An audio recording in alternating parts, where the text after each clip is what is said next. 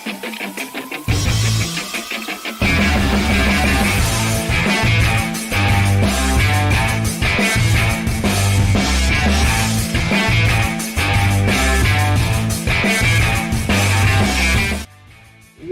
is up, RotoGrinders? Dean here, Dean 7904. If you want to get all technical, we have an hour and 45 minutes to talk about. Well, DK and FanDuel said, you know what? We want you to have a good time this Friday night, so we're going to stop the slate. We're going to halt the slate after 7:30. So it's a 4-game sprint slate. We're not talking about the 2 later games, Minnesota and Houston, Washington and the Kings. That's why we're on a little bit later. That's why we jumped on 5:15 as opposed to the standard time, 5 o'clock. Because we have 4 games to knock out for the next hour or so until we yield to crunch time. Crunch time. It'll be the combination platter of Kevin Roth. Roth's holding it down. And you get the Taylors. You get all the Taylors. Taylor J. Zwarych and Taylor Smith. Myself, Tasteful Tides, Tim Buell, the multi-skilled Tim Buell, back from producing yesterday. Spectacular job there for Tim yesterday. Held it down. Seamless segue. The segue was impeccable. Nobody quite segues like Tim from the GrindersLive show to crunch time. But Tim, welcome back. Now you got to give some analysis. You got to talk about some basketball players. Get excited. Yeah, I know. I mean, I get back from vacation, so I didn't play as much DFS as I normally do, and then I produced that show last night, so I didn't end up playing NBA because I just wanted to be able to focus on doing that. And so now it's like we're back in the NBA streets. So yeah, I mean, I feel like we really need those 2 later games. Like I wish we had those 2 later games. The slate would be so much better if we had those games. I get why they do it. They want people to like be able to just, like you said, enjoy their Friday night. But it's, I kind of miss the days where that was just standard, where you just played all the games. Like you didn't cut the slate off. I think it's because the 2-hour gap. Like if it was the time was a little bit more condensed, and I get both sides of it, and I agree it'd be a more fun slate, like get more options. I like some stuff on this slate, and we'll talk about it. But yeah, Minnesota, Houston. I think it's gonna be a fun game to just watchability perspective. We are getting Sabonis back, and we like the fantasy paradise that happens to be the Wizards. They tend to be a fun team to pick on. I see TJ hanging out in chat. Yeah, TJ, our other producer. Both producers were stranded in their respective countries. Islands. TJ will be jumping on later. I know he had a rough day yesterday at the airport, and Steve is back as well. So shout out, say hello to producer Steve. He is back. Tim, you know what it's like? You know what I liken it to? And this, I'm going to put it in your terms, something you'll understand. Remember, you ever get like it doesn't happen very often, but the emergency like hockey goalie that's like in arena, they got the dude that just kind of drives a Zamboni, like the starter gets hurt. And then all of a sudden they put the backup in, and the backup gets hurt, and it's like, well, what do we do? And like it's just like like kicking. Nobody in the NFL can kick outside of like 2 guys, and nobody else can play goalie. I guess I'm not sure how that works. So they don't just like throw a defender back there. They just pick the Zamboni driver. Like we've seen this before. You were the Zamboni driver. I'm the E-Bug producer. That's what I am. And you know what? I won the game, just like I believe an E-Bug won for the Carolina Hurricanes like 3 or 4 years ago. He won the game. What's that term? E-Bug? Is that short for something? Emergency backup goalie. Okay. Yeah, that makes sense. I'm the E-Bug. I'm the E-Bug producer. Yeah. And it's so weird because you work for the home arena, and sometimes you're goaltending for the visiting team, and like you're trying to shut down the team you work for. But that's just how that goes. It happens so rare, right? Once every 5 years or something. It doesn't happen very often. It doesn't happen very often. And once one of the guys won, didn't one of the guys win? I think it's for the Hurricane. Pretty sure it's for the Hurricanes. Like probably like 4 or 5 years ago. I think it was a while ago now, but it was a really cool story. He came in and won the game. Bobby in chat, he says he's the guy. He's the 3rd guy. He's available there for the Bruins. He's not that far from the arena. So I guess Bobby's on call if something happens to the goal. What can't Bobby do is the question. What amazing thing can Bobby Gums not do? That's what the people really want to know.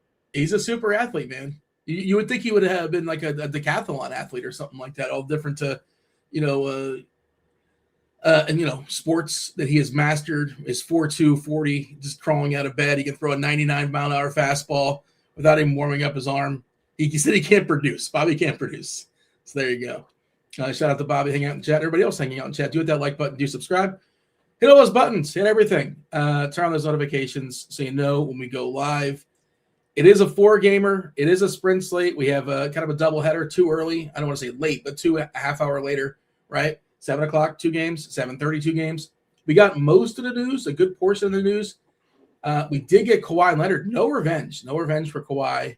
I don't know if he can get any revenge on the bench or whatever, but he's not playing tonight. However, we got incomplete information when it comes to the Clippers because 2 more pieces were waiting to fall in Toronto. The Clippers. Zwarych is officially questionable, as is John Collins. So 2 of their bigs are questionable. That is a 7:30 game. When will we get that news? I don't know. I do think that's reasonably important to some degree. Both those guys are out. I mean, like Conan Niedenhauser is a really interesting flyer. Brook Lopez would project pretty well as well. But just, of note, how much do we care about that, Tim, as far as does that affect your decision making at all? I think it does. Hopefully we get that news. I mean, that is the most important news on the slate is that whole Zwarych situation. So since we've already got the Cleveland stuff out of the way, we've got the Pacers stuff out of the way. So I mean that really is important. I think that if you were to lose Zwarych, that would make a meaningful impact on the slate. So John Collins, I mean, yeah, that does improve some other people's outlook on the slate, but I that Zwarych one I think is pretty meaningful. Yeah, I don't really have a good lean on it either. I have no idea. I think it's a true 50-50. I don't, and I feel like they might have clarified it earlier when they clarified Kawhi. They probably would have said, but I'm not certain. Film Friday. It's Film Friday, Tim. I know you love Film Friday. Get excited. The people were upset. We didn't do Fleet Thursday, so let's make it up with the people. Let's do Film Friday today, as was originally planned.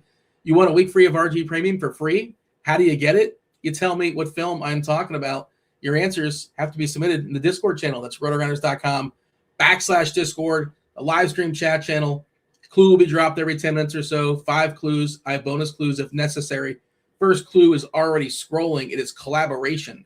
Collaboration is the first clue. Tell me what film I'm talking about.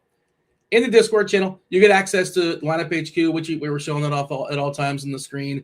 Not just Lineup HQ, but all the sports: football, baseball, basketball, hockey, NBA, PGA, UFC. Did I miss something? I'm not sure. I won't even say no NASCAR because NASCAR is not even a thing until after the Super Bowl? I think it's after the Super Bowl. So yeah, that wouldn't even qualify. But just so you know, NASCAR is. Did you say NHL? I think so. I'm pretty sure. A lot of times you forget. So yeah, Tim is a part. Not intentional. I'm not besmirching. I'm a fan of the hockey. But Tim, of course, is a part of the fabulous NHL team, projection team. You're always in the Discord channel. And like I should have mentioned before, Discord channels, most of them are free. Of course, where you're submitting your answer, that's a free Discord channel. And the hockey Discord channel is free, and there's a lot of good information. It's a good community in there figuring out, dropping all sorts of nuggets and, talking about lines and goalies and who's in and who's out. And Tim is always happy to answer those questions, too. I always see you're very active. I say I always, but you also kind of you threaten to kick me out because I try to have fun in there. Threaten to kick you out. You are kicked out. I didn't threaten it. It's already happened. You've been banned. You get banned at the beginning of every season. It's a 1-year ban, but we auto renew it.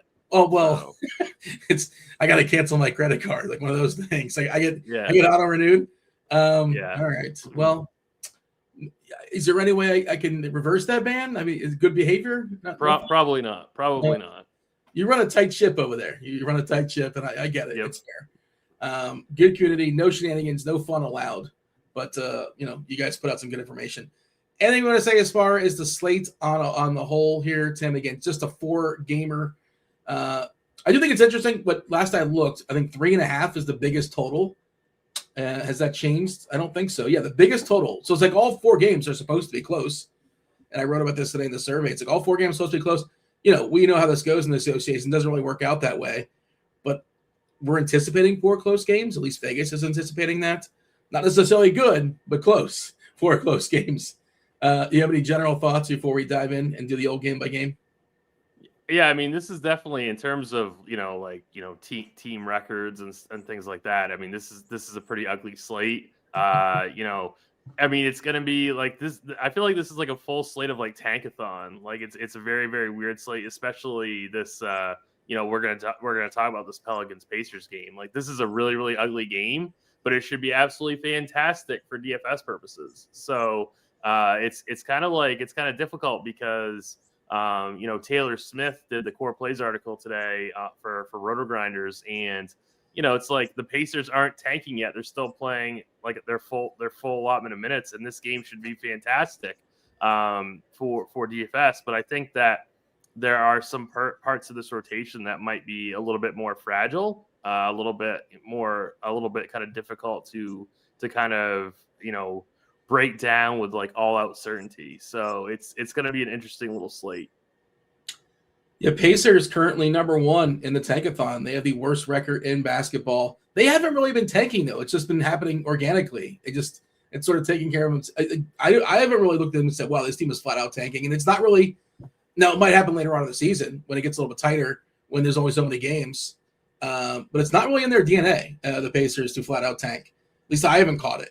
But who's number 2 is New Orleans. So it is an important game to lose. And the other part with New Orleans has no reason to tank because they gave up the number 1 pick for Queen, right? So they don't own their pick. Atlanta owns their pick, so they don't need to tank. They're not tanking. So yeah, interesting to point out. But I think it's so wild because the Pacers, defending Eastern Conference champions. And just digging at the number 1 pick, and then all of a sudden, assuming Halliburton comes back, he's 95, 100%. They're right back there. They're in the East. The East is wide open. So we'll see what happens with Boston too with Tatum, because when Tatum comes back to Boston, maybe they're the number 1 team because there's really no dominant team in the East. Okay, let's do it. Let's talk about it. First game on the slate. It is the Pels. The aforementioned Pelicans are in Indiana. 240.5, that's the biggest total on the board. The Pacers have the biggest team total on the board, 122.5, taking on New Orleans. We know we love to pick on this New Orleans defense.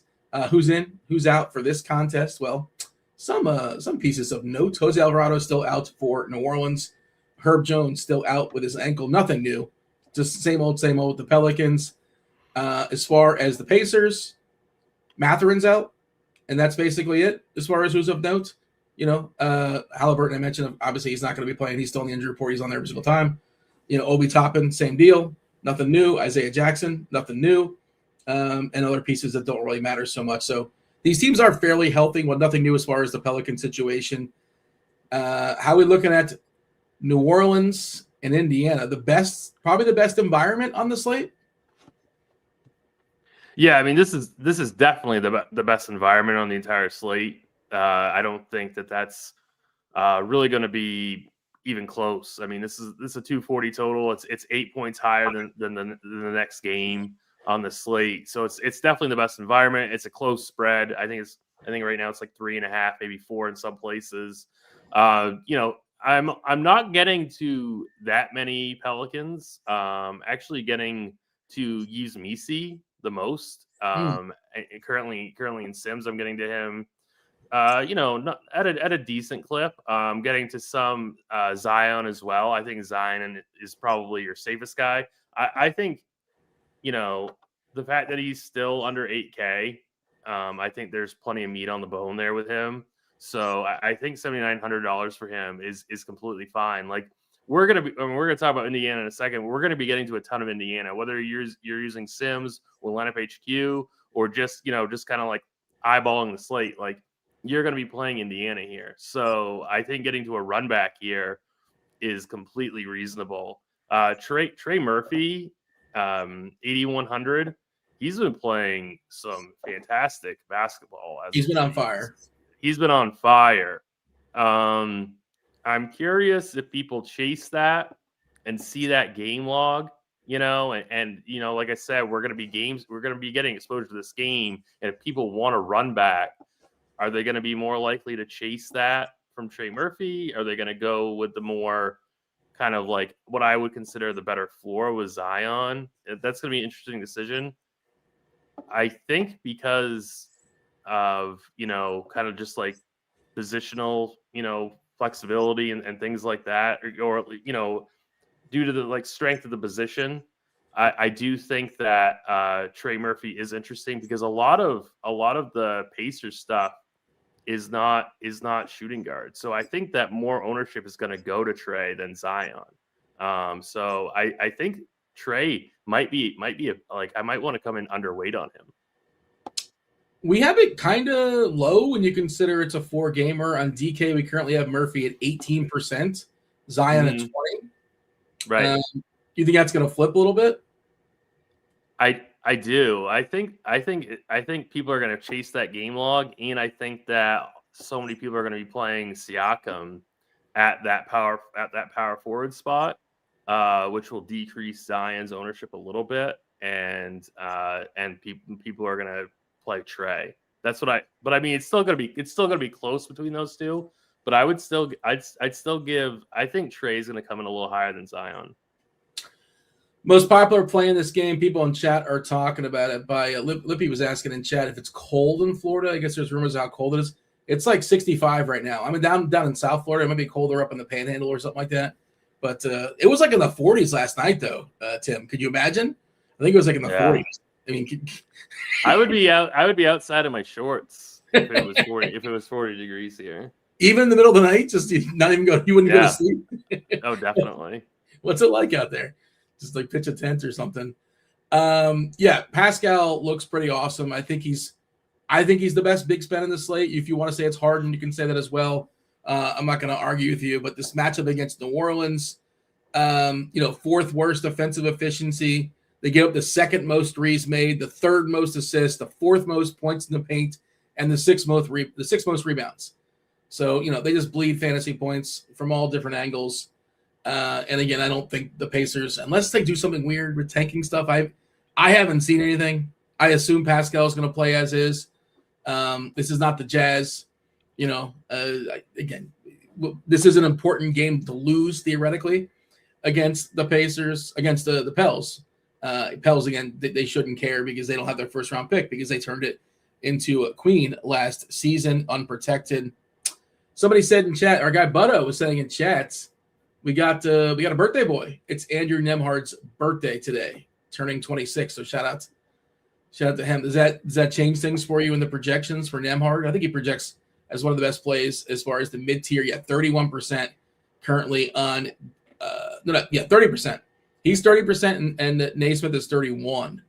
So like you said, I was going to say I wouldn't want to go much higher on Nembhard. So I mean, I birthday narratives are important.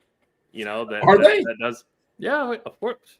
Dean, come on now. What? We have like a whole Roto Narratives Twitter page, or I mean, we're going to push those narratives, Dean. You know that. You push them, but is there actually like something that shows the results and the accuracy? Does anybody actually go back and say like, well, is it 50% accurate? Because then that's worthless. It's like you might as well ask Mr. Predicto. Well, I don't know, Dean. I'm not sure. I mean, did you adjust your power rankings? Did you adjust the? Is it baked into the projections? I'm on the projection team. You're on the hockey projection team. If it's like, is it Bobrovsky's birthday? Do you all of a sudden you bump up his save percentage? Was that the one goalie that you could name? Sorry. Except for Spencer Knight. Knight. Dean is a huge Spencer Knight truther. For those of you that don't know. Yeah. Who was the guy that was on Anaheim last year that had those games where he had like 40 saves sometimes, and I think he fell back. I don't think he's a thing anymore. What's the guy that was like almost like goalies don't matter, and then they get hot and then they disappear.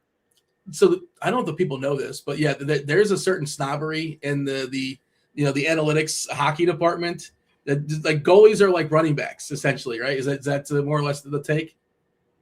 Pretty much. Yeah. Jake Allen, by the way, I could throw another name your way. He's also on my dynasty team. Getting derailed here with hockey talk. Would we play 4 Pacers? I don't think I'm playing 4 Pacers. We're showing 4 in cash. At least I'm seeing 4 in some lineups. Yep. I think I'm going to stop at a 3 in tournaments. What say you? Yeah, it's definitely that was like one of the first things that I wrote down, like when I was researching this slate, is like how many Pacers are going to be playing. Like, the first optimal currently has 4. Mm-hmm. I I kind of said at the top of the show, I think there's a lot of fragility, kind of with some of this like Pacers wing stuff. I'm a little bit concerned about Jarris Walker. Like, I don't know if he's necessarily a smash. I think Jay Huff is super interesting as well. I think there's a lot of variables about adding in that 4th pacer. It's not like the other day, I don't know, like last week when we were playing like 4 or 5 Minnesota players, and I felt very, very confident about that. This is a little bit different. Well, yeah, I think there's even merit. And Gobert is out. I'm sorry, I didn't mean to cut you off. I apologize. But the What point, happened? I cut you off. I apologize. I'm sorry. The point you're making about Minnesota is like their best player, Edwards, was out, and Gobert was out. Yep. And right. For Indiana, there's not like significant injuries. It's a 4-game slate, and they have a pretty good matchup, and most of these guys project pretty well, right? Like like these guys are not free. Like they actually have to put up fantasy points to pay off their salary. This isn't like we have 2 or 3 sub $3,500 guys on this Pacers team that we're going to be jamming in, then we can play all the expensive guys around him. It's different the way that the salaries are. So I actually think there's a lot of merit to just playing 3 Pacers in cash. I don't think that. And then also, like, if you're building out a portfolio of teams, I think that you could really just be getting to 2 of these guys. I don't even know if you even have to add in the 3rd. I wouldn't force 3, certainly. I certainly wouldn't force right. 3. That's what I'm saying. Like, I wouldn't necessarily force 3 in there. If you're building out like 5+ teams, like if you're playing, lower entry, kind of like, higher dollar stuff, I could definitely see playing 3. But I think as you kind of expand out your portfolio, I would actually try to get a little bit lower on Indiana. I should say on FanDuel, you're only getting 3. You're not getting 4. The first like 5 or 6 lineups I'm looking at, kind of scrolling on through, you're not getting Huff. And Huff is popping up in some FanDuel on DK Cash, which I think there's some fragility to that. We know there's some fragility to Huff. He can just disappear. He can also like do really well if he gets 22 minutes. But yeah, I'm seeing Nembhard, Naismith, Pascal pop up a lot. On FanDuel, you're definitely not doing 4. I'm fine if people want to do 3. Our first optimal currently has 3, but as you kind of like go through like lineup HQ and you start going through some of these teams, a lot of these teams only have 2. So I could conceivably see going 2 on FanDuel. Steven in chat's asking about Furphy. How do you feel about Furphy, the Aussie? Yeah, for again, he's one of these wings that I think is he's definitely going to be in the tournament bucket. He is completely fine in GPPs. We have him projected for 23 minutes. He's small forward only. He does project like fractionally better than Jarris Walker for $100 more. They're going to be around the same ownership. I'm pretty sure as well. So yeah, like he could definitely be in the mix, but it's like I can't confidently say that like I would be playing him in single entry. If you want to play him and take that shot, I think it's okay. But I personally don't think I'm going to be doing that. Javier in chat says I have 0 Pacers in my single entry lineup. That's yeah. I saw that. That's pretty aggressive. I don't know if I'd do 0, but I mean, don't ever let me spend your money. If that's what you want to do it. But I mean, I think 0 might be too aggressive. But there's a scenario I don't think you necessarily need anybody here. I guess a scenario. Yeah. I mean, I'll probably have at least 1 in every lineup I make. Yeah. But I'm not going to say you can't do it. Like, one of the things I want to do today, at least I was thinking about as far as my lineup building process, is just hope you pick the right game that goes off, and that maybe the 2 or 3 other games kind of whimper and they're sort of duds. And if that's the thought process there, and you think, well, maybe this game's kind of a whimper, and you're honing in on one of the other games, like you hit the right game, and you can't assume it. What if you get overtime? You hit the right game. We have 6 players in an overtime game, especially one that's not very popular. You're feeling pretty good. So that's kind of like the way I want to attack this slate. Like, for example, If I'm playing, we'll get to it, but like if I'm playing Donovan Mitchell, I want to run it back with either Embiid or Maxey. If I'm playing Harden, I want to run it back with Scotty Barnes, almost definitely, like that kind of thing. I want to kind of pair the stars together and hope one game gets loose. We'll drop that second clue, by the way. I see that. Yeah, we got to drop a second clue for Film Friday. Nobody binked it just yet. The second clue is visits, collaboration, and visits. Some guesses came on through. It's not A Star Is Born or Wayne's World. Ocean's 11. You're a Wayne's World guy, Tim. Back in the day, Wayne's World, yeah, maybe. No, I don't think so. I don't think so. More of a Garth guy. My style. Wasn't really my style, Dean. All right, fair enough. Not Trap or Oceans, not Oceans 11 or 12, but Oceans 13. I'll give you a clue. It's none of the Oceans movies. There you go. Or The Incredibles, or Behind the Candelabra, or Hobbs and Shaw, which is a hilarious guess. But I see what you're doing there with that guess. Yeah, get in the Discord channel, win yourself a week free of RG Premium. It's not a rival either. Your favorite Pelican is who? I think it's Zion. I think Misi is super interesting for GPPs. Like if I knew, like I talked about, like I think Trey Murphy's going to get steamed. If I was confident that he wasn't going to get steamed, obviously he's completely fine. But I still think Zion's my favorite for large field stuff. I did want to say, I forgot to mention, I'm glad you brought it back, Misi. He started the second half last game, and we've seen this with Queen. And we talk about the most volatile players as far as their minutes. He can get you 14 minutes. He can get you 32 minutes. And he got hooked because I think it was because his defense was pretty horrendous. If you're playing a bunch of lineups, I was going to say goes without saying, but maybe you don't know. Do not play more than one of Misi and Queen. I would split those two without a doubt. They basically play the 48 more or less. We saw Misi play 34 minutes last game and Queen just 16. A little bit of crossover, but for the most part, basically splitting the 5. And Misi's, just you can't really assume it, you can't really trust it, but if Queen's not playing well, the hook is there, and all of a sudden Misi will certainly take advantage of it. He's a pretty good fantasy point per minute player. That's it. Moving on. Anything else as far as New Orleans and Indiana, the Pacers? Yep, let's move it. Cavs, Sixers. This is a rematch of a game that was played a couple days ago. Cleveland's just been hanging out in Philly, having some cheesesteaks and doing what you do in Philly. I've never been to Philly. You ever been to Philly, Tim? I do not think so. No. Yeah. I've danced around it, but I haven't. I've been to Pittsburgh with Broccoli. Actually, I've been to Pittsburgh with Broccoli. Oh, look at that! I've been to Pittsburgh too. Yeah, I've been to Pittsburgh. Best ballpark in baseball as far as the view. Yes, PNC is amazing. That is sit behind home plate. Yeah, it's amazing ballpark. Cavs are in Philadelphia. 232.5 is a total. Philadelphia is a 2.5 point dog, despite Cleveland just ravaged them last time out. Who's in and who's out? Well, Dominic Barlow is questionable. Do we care? Not really. Oubre's good to go.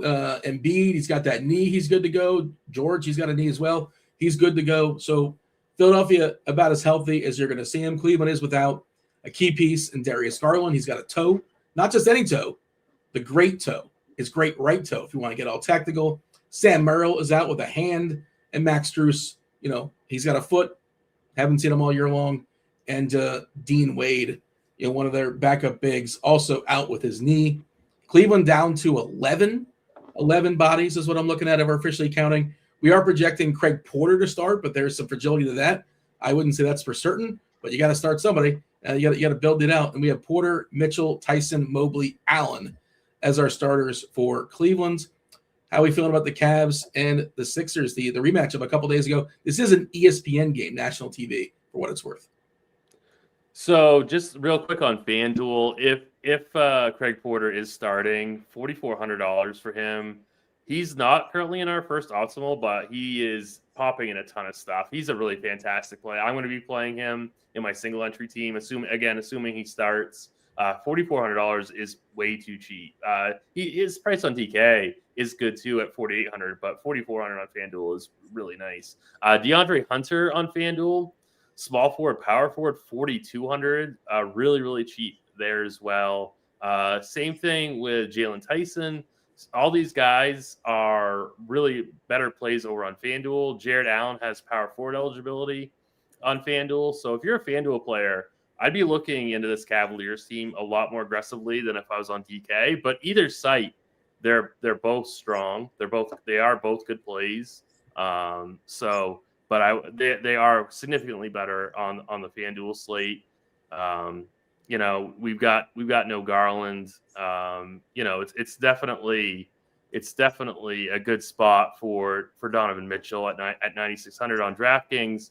He's not going to be chalky either. So like he's going to be a good pivot off of James Harden, who we'll talk about in a little bit. He's a good pivot off of Joel Embiid.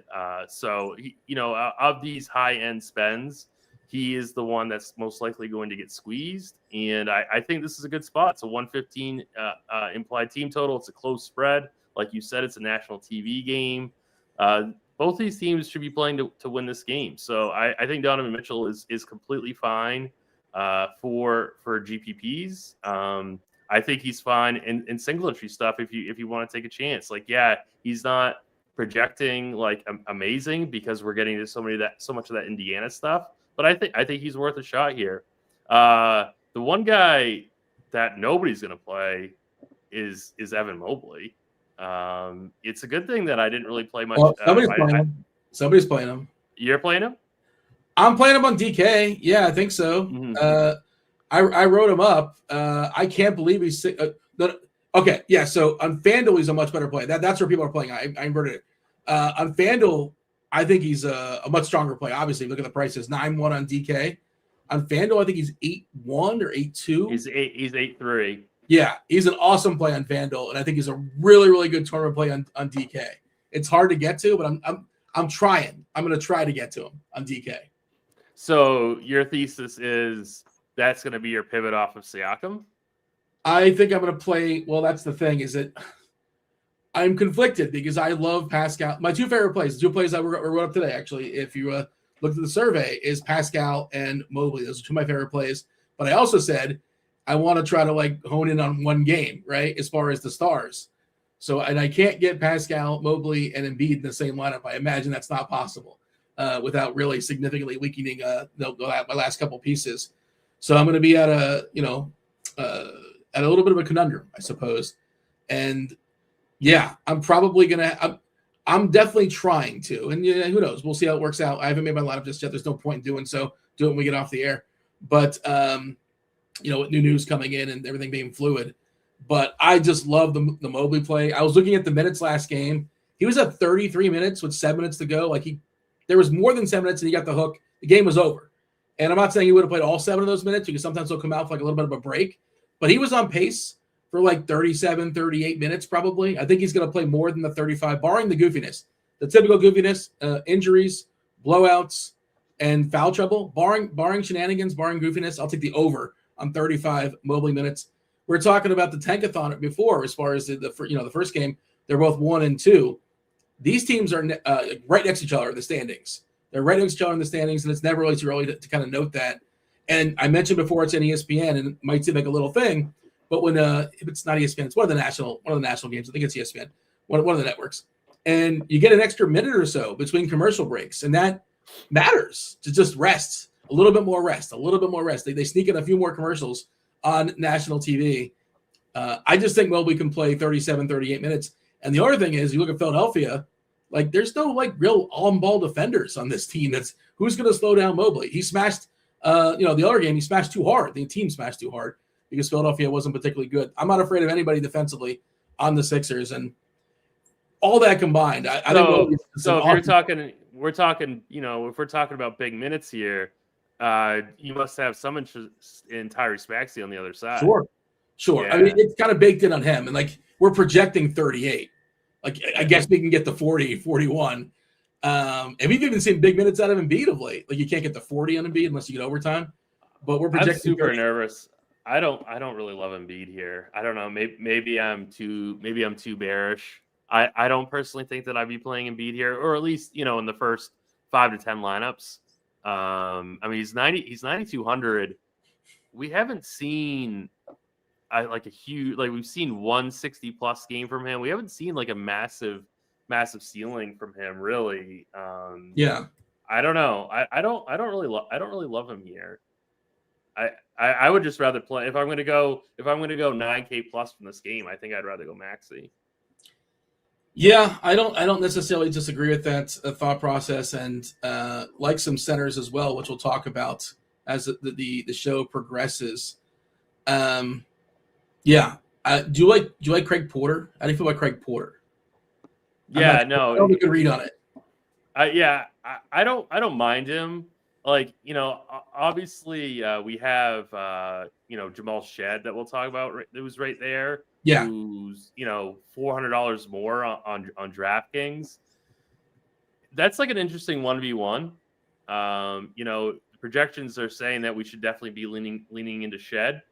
I'm not necessarily sold on that.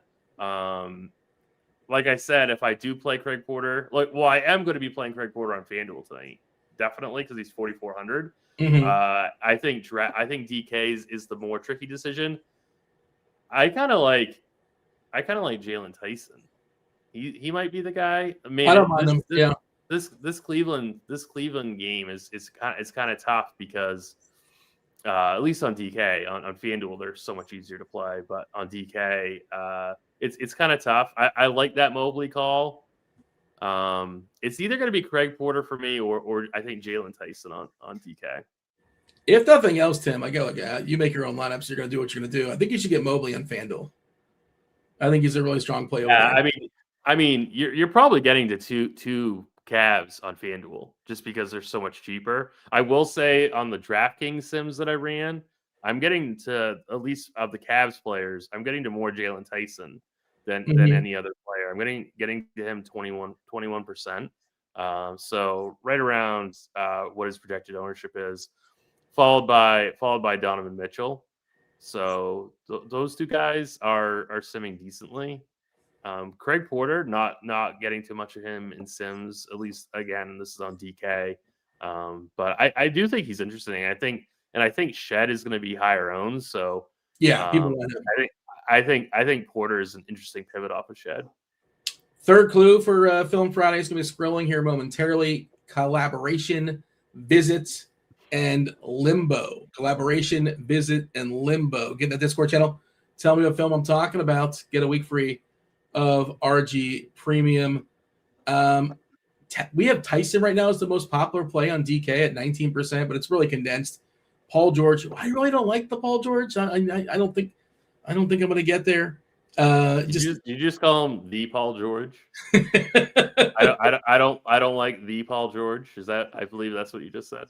I think I was going to call him the Beatle because I've heard him called the Beatle before because it was named, Paul McCartney. B-ball Paul. Yeah, B-ball. Yeah, yes, I've heard that before too. But yeah, he's got two Beatle names in his name as well, two first names. Yeah, I just really want to play Mobley, and I might not. But like, what you could do, like if you're playing a single entry lineup, and like we've talked about this before, like just put Mobley in, who's not going to be in anybody's single entry lineup, and then just like hit. Okay, now optimize around that, and you might want to put a rule in there or two, and then just pick your favorite lineup amongst the five that are spit out, and you're going to be different because I'm telling you, people are not playing Mobley on DK, especially in single entry stuff. Like, that's not happening. He's a little bit overpriced just by a tick or so, but that's enough, I think, to be different. Now he's got to get there. If he doesn't get home, you're dead because you're surrounding it, with some chalk pieces for sure. Anything else we should note here as far as Philadelphia and Cleveland, or shall we scoot along? Let's scoot. Bulls, Brooklyn, 225.5 is the total. Brooklyn is a 1.5 point favorite, so it's tight, but not necessarily high. Who's in and who's out for this one? Zach Collins still out. Giddey is still out with his hamstring. I think soon. Kevin Huerter's got that hip. He's probable, although he played 19 minutes last game. I feel like the hip may have affected him in some ways, but his minutes were subdued. Julian Phillips is questionable as well. Brooklyn, Zaire Williams is still out. Really nothing new with Brooklyn. They've just kind of been the same old, essentially. I don't love this game. I think this is my least favorite game on the board. I'm pretty sure. Yeah, it's my least favorite game on the board. Chicago at Brooklyn, 225.5 is a total. Are you in agreement? How do you feel about Bulls Nets? I am in agreement with you that this is my least favorite game on the slate. I continue to lose money with Kobe White. He continues to reject outstanding. I think I'm going to be fading him today. So do with that information Kobe White? what you will. Yeah, Kobe White. Like he just doesn't really get there. He doesn't get there. Like he's fine. If you wanted to play him in cash, I think that's okay. I'm like very worried about his ceiling in GPPs. Like I just don't know if he's really going to like get over 6x. You know, like it's just I don't know. Like and he's going to be popular, so I don't know. Like I think I'm going to be fading him tonight, at least in single entry stuff. So Same. It's a kind of a difficult situation because he does project outstanding. It's an okay matchup. It's a close spread. But I just don't really love it here. I just don't want to play him. I don't want to continue playing him into a ton of ownership, which I think he's going to be tonight. The other thing is like he's projected for 30 minutes, and that's basically like all he can get. Like they don't really give him much more than that. 30 last game, 29, 25. 30's basically been his cap. They've been kind of babying him as far as his injury stuff all season long. And if you look at it, like when was the last time, like, wow, I didn't play Kobe White and it burned me? When does that ever happen? It rarely happens. Now there's a chance he just drops 30 points in the bucket. We talk about that all the time. He's got to get hot. But if he's not scoring, the floor is really rough too. I'm not in on it. I'm not really in on it. And Brooklyn plays really slow as well. By the way, fourth clue. Let's drop a fourth clue because I just realized we only have 15 minutes to go. We got to start dropping some more clues. Coup is the fourth clue. Collaboration, visit, limbo, and coup. It's not Inception or Get Out. Several people guessing Inception, Ghost, Saturday Night Fever, Beetlejuice, The Love Boat. That was not a movie. Planes, Trains, and Automobiles. It's not that either. Or The Sixth Sense. A lot of movies coming on through. Nobody's guessed it just yet. I will have bonus clues if necessary. Ownership-wise in this game, biggest, most widely owned player according to our projection stuff right now on DK is Nick Claxton. I like Claxton a fair bit. Love picking on Vooch. The tricky part with him, Tim, is just minutes, right? You're just begging to get 30 minutes. Begging. You're begging for it. No guarantee. Sometimes he's like 24, 25, 27. I still like him. The price, it's kind of baked into the price. I'm fine with Clowney as well. It's another one that's, pretty fair price. One of these bigs here against Brooklyn. I'm okay with if you knew Zubac was playing, would you still be that high on Claxton? Or is that, what I'm saying? Yeah. Like if he was already ruled in, would you be that high on Claxton? In your mind, so when you ask that question, are you saying like you're kind of implying that you would play Zubac if he was healthy? You knew he was healthy? Yeah. Yeah, I think Zubac is. I'm just a little bit concerned he might be a little bit hindered as far as the minutes. But if I knew Zubac was 100%, then I'm interested. We'll talk about it. But Sandro Mamakhalishvili, by the way, we did get news. I didn't get the official update stuff. He's officially in. He had the fish. I don't know. What do they eat in Georgia? I'm not sure. He had whatever the Georgian delicacy is, and he was out with an illness. But he's back. He's probable now. Quickly officially ruled out in case you missed that. Oh, Barlow is in for Philly. I should have mentioned that too for Philadelphia. That was an update. Barlow officially in for Philly. So Philly is fully healthy. Like everybody's available for Philly, right? That is just of note. Anything else as far as injury stuff? I said quickly is officially ruled out, right? And then the big boy, Pirtle. Pirtle being out makes life easier for somebody like Zubac. And we know he's out for sure. And Zubac, we're not sure. And Collins also questionable too. So what's interesting is we may get that answer. We may get it at 7 o'clock. Sometimes we get it right at 7 o'clock as far as Zubac. Let's see. It's an hour and a half out. We might get like game time decision right now. By Lauri Markkanen, I don't know what he has, but he's ill again. I really wish him the best. I hope they're not. I don't want him to be sick, but like they've used this for a week now with the illness, and they like have the decency to give Nurkic like a fake. Just give him a knee, and nobody's going to say anything. Just give Nurkic a knee, and it's fine. Nobody questions it. But they give him nothing, no body part, and they don't even acknowledge the fact that they're benching the guy. Whatever. Not even on the slate. We don't care about it. But there's my soapbox for you. I'm okay with Yeoman as well. It's just kind of like as a mid-tier play. I don't love this game, but I do like some of the Brooklyn pieces. Yeoman playing up and pacing in Chicago. Claxton, Clowney, and Yeoman, but this is not a game that I anticipate stacking, and I might have nobody on Chicago. I might make it a 3-game slate if I ignore, an a la carte piece on the Nets, and I guess you agree, you're not necessarily enthralled with Chicago and Brooklyn. I'm not. I think you could definitely get pieces of, Michael Porter Jr. I think he would be okay at 8,900. I don't mind him. I mean, we know he's got a ceiling. I know that Cam Thomas is back, but still, I think you can still play MPJ. I don't love him though. Like if he's gonna be 10%, I might play that like level with the field. I might play him maybe in like 1 of 3, but he's not gonna be in my single entry team.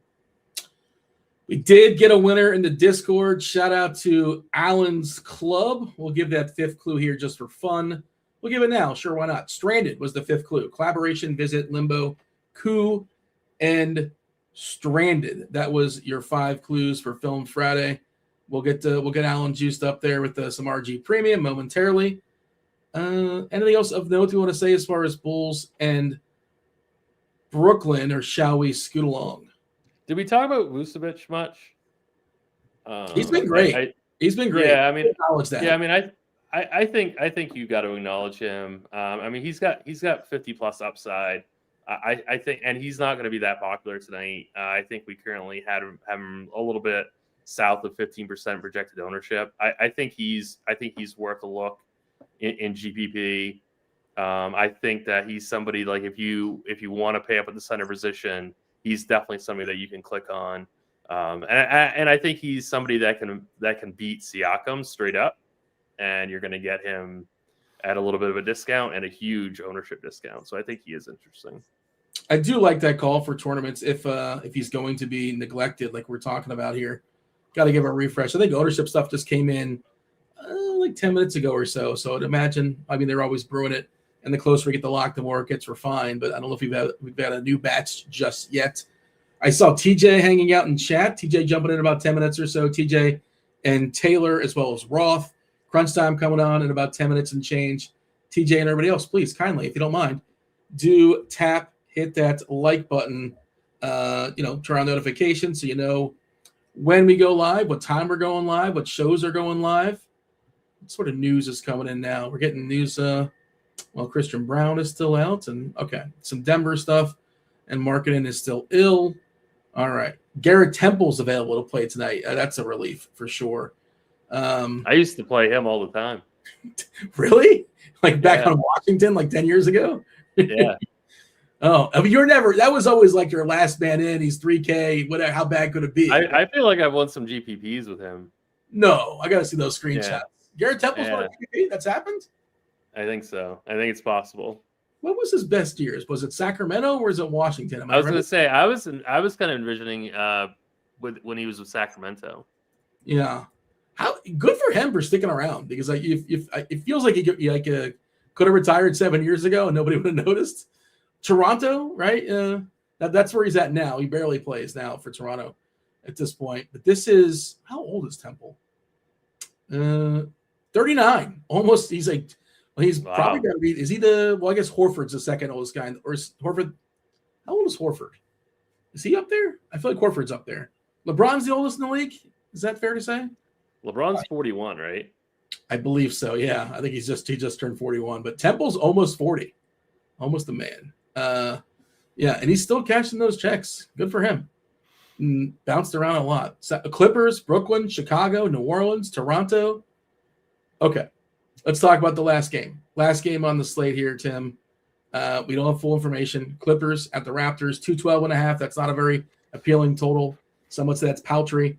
Raptors are favored, 1.5. Kawhi. No revenge for Kawhi. Kawhi's not playing basketball tonight. He's out with his ankle. Zubac. He's also got an ankle. He's questionable. John Collins. He's got a groin, and we're not sure if he's going to play with it or not. He's currently questionable. So both those, especially collectively, are worth monitoring. RJ Barrett's still out for the Raptors. Jamison Battle is out. Sandro Mamakashvili, he's back from his illness. Emmanuel Quickly is out with a back. Garrett Temple is available, just in case you want to break the glass for emergency. Jacoby Walter is out. Pirtle still out with his back. How are we seeing the Raptors and the Clippers? Yeah, we just got Zubac and Collins are game time decisions for Friday, so nothing to update. Thanks. Do we have? Okay. So Kobe Sanders was announced as the starter, so that's who we had. So there's going to be no update there. That's already what we had projected. Yeah. So yeah, that's nothing new there. I think in terms of raw points, James Harden is the best play on the entire slate. Like if you're looking to kind of fade one of these Indiana guys and you want to pay up at a spot, the safest one is Harden. Like he's safer than Mitchell. He's safer than Maxey. So like if you're playing cash games tonight, I think Harden's the guy. Like Harden's not currently popping in a ton of optimals, but he is in some, and I think that he's one of those pivots that you can definitely get to. So I mean, I absolutely love Harden tonight. I think he could absolutely crush this matchup with no Kawhi. And then if Zubac misses, that's like it's even better for him. So I personally think like if we don't get the news, I'm just going to start with Harden in my single entry and my cash game lineup and just roll with it. Yeah, I'm looking at the if then here, Tim. If we have this is both Zubac and Collins are out. Sanders would play 29 minutes. Miller 30. Miller's another guy's been getting a lot of run. Yannick, Conan, Niederhauser, which 21 minutes projected for him. And again, this is on the assumption both those guys are out. Even Batum, 28 minutes. I saw Batum's name referenced there in chat. Batum, 9th oldest player in chat. I guess producer Steve is finding all the old players. I don't know if and I will say really quick on FanDuel, Harden's even cheaper, and he's also got dual eligibility with point guard and shooting guard, so he's like a must play in cash over on FanDuel. He's going to be incredibly popular in GPPs, currently at like 44% projected ownership. So like he's like he's pretty much like a must play over on that site in my opinion. Yeah, he is projected for the most points, right? Most raw points on FanDuel by a couple over Pascal, on DK by several as well over Mitchell. 51.5 for Harden. And how much would that change if we lose both those guys? He would bump up, the rates would go up 54.2 on DK, 51 on FanDuel. So, yeah, I like the stars on this slate. I like Harden. I like Mobley. I like Pascal. Lamp. Pretty good about Lamp. I don't know how I'm going to make I'm still kind of bouncing back and forth as far as figuring out my lineup, Tim. But you are selling me a little bit more on Harden. What are we doing with Brook Lopez? If Zubac sits.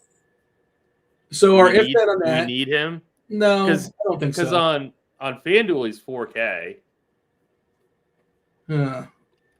Yeah, FanDuel is a positive value. We were projected for 26 minutes, 24 fantasy points as a median. I'll tell you this though, like it might be more fun to play the backup. I'm ready.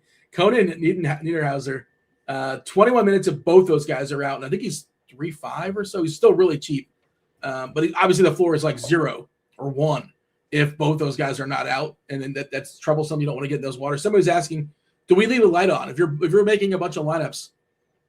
How much are you leaving a light on for Niederhauser under the idea of both those, Collins and Zubac being out? That's what I kind of wanted to bring up with like bringing up Brook Lopez is like, should we leave a light on for Brook Lopez? And then I guess people want to know about Niederhauser.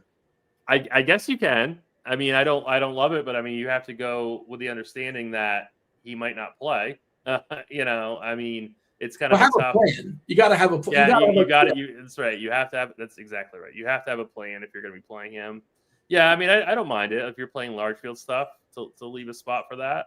I really do hope that news comes after lock, so we have a little bit of strategy with this slate, because if it doesn't, like this slate's going to be super stale. Yeah, I wish there was a more fun game to pair with it as far as like for swaps. Again, I said Chicago, Brooklyn's my least favorite. I'd feel better if I can swap with, Chicago, Brooklyn started at 7 and, Indiana, New Orleans started at 7:30. And then all of a sudden now you got some flexibility, a more appealing flexibility. But like, if you like Niederhauser, you can't leave him as like your only play in the 7:30 block if the news is not dropped. Like, you just can't do that. Mm-hmm. I wouldn't recommend it. I wouldn't say can't. You're an adult. You can make your own choices. But, because that could be a lot of trouble. You could be in a lot of trouble if both players happen to be in there for the Clippers. And it doesn't seem like we're going to get news. That doesn't appear to be. We just got Kobe Sanders would start for the injured Kawhi. And I don't really have a strong take as far as Sanders versus Miller. I think they're kind of the same. Do you have a preference amongst those two? Honestly, I would want to be playing away from Harden if I was going to be playing one of those two guys. So probably Miller, right? I mean, I wouldn't want to be. I would want to be sharing the court the least with Harden, in my opinion. So yeah, maybe that's a good point. I think that I think it would be Miller for me. Is Shed kind of want to say lock button for you, but cash game Shed's no cash game on him, correct? Well, that's the thing. Like I mean, I'm fine if people want to play him in cash, but I almost feel like he's like another Kobe White kind of deal. Like I don't know if I have to have him tonight. I still would rather play Craig Porter, assuming Porter is starting. So I don't know. Like I guess I'm more bearish on Shed compared to like what projections and optimizers are saying. I think getting to like Brandon Ingram or Scotty Barnes, if you want exposure to that Toronto side at significantly less ownership is interesting. But like, well, I guess Ingram is going to be somewhat popular. But yeah, I mean, I'd rather play Ingram. Roth, I'd rather play Ingram and then just go Porter over Shed. Roth in chat is saying Roth is fading Shed. He's not a fan. I guess Shed must have burned him the other night or something because he barely scored. He's a good assist man. He can get you double-digit assists. Although Barnes racked up, I think, 13 or so. The combination of those two are going to get a pile of assists. I think Shed should play about 30 minutes or so. I just think he's still too cheap. But I understand if you want to fade him in tournaments. We're projecting 34. It's just not really. We also haven't projected for the highest projected owned player on the slate. Wow, really? Oh, really? 40%. We haven't projected higher than Pascal. Well, you got to hit refresh. It's close. 37.55 for Pascal. Shed 37.31, but point still stands. Your point still stands. All right. So maybe he's probably not somebody that's going to score a lot. You got to really beg to get that double-double. But I still think he's a little too cheap. And if nothing else, he should be your cash game lineups. Let's tell the people about today's Film Friday before I think Crunch Time's knocking on the door. They'll be here shortly. At least they're getting somewhat assembled. TJ is hanging out in chat. Roth is hanging out in chat. They'll be here momentarily to talk about the 4-gamer. My Film Friday was kind of an homage. It was an homage to TJ and to producer Steve because of their recent vacation and how their vacations ended. Clue number 1, collaboration. The star of this movie and the director of this movie did like 6 movies together or something like that. Saving Private Ryan, Catch Me If You Can, Bridge of Spies, The Post, Band of Brothers, The Pacific, and this movie. Clue number 2 was about somebody visiting, flying into an airport and visiting. 3, Limbo. Clue number 3, Limbo. It's actually based on a true story. Not really true. They fabricated it, but just I think it was inspired by. There's this guy, Iranian guy, that was stranded at an airport in Paris, and maybe not in Paris, in France, for like 20 years. Like he lived in the terminal. I don't know if you remember this movie or not, Tim, but this movie is the terminal. And the reason why he was stranded, clue number 4, there was a coup in his home country, and he couldn't fly back in his home country because of some sort of political strife. It's a made-up country in the movie. And then clue number 5 was stranded. This guy was stranded. Have you seen The Terminal? It's not. Nobody thinks of The Terminal. I think of Tom Hanks movies or Spielberg and Tom Hanks collaborations. But that was TJ was stranded at the airport, and producer Steve was held up as well on his vacation. Do you remember The Terminal at all? I have seen The Terminal. I was not a huge fan of The Terminal, but I thought it was okay. It was fine. Yeah, I wouldn't say it's the best movie of their collaboration, but that is what inspired today's film. I believe we're getting fully assembled as far as crunch time. Tell me, Tim, Plums, what do you got for me? I'm going to go. I mean, this guy's not going to be super contrarian, but I don't think he's going to be super chalky either. I'm going to go with Jalen Tyson as my Plums play of the day. All right. Man, I think I'm going to play. I don't want to say definitively, but I'm trying to play Mobley in my single entry contest on DK, and he's going to be owned on FanDuel because of the price and all that, but I think he's going to be really ignored on DK. What's our most recent ownership on him for DK? Oh, 12%. He's jumped up. What's up with that? You got the Dean Steam. Yeah, the Dean Steam. I don't know, and I didn't realize I could move the needle like that, or maybe just projections got it manipulated a little bit. But yeah, still 12% and single entry. He'll probably be less than 10. I'd be thrilled with that. But all right, let's do it. Let's see segue. Kevin Roth, as well as the Taylors, all the Taylors, Taylor Smith, Taylor, J, Zwarych. It's crunch time right now.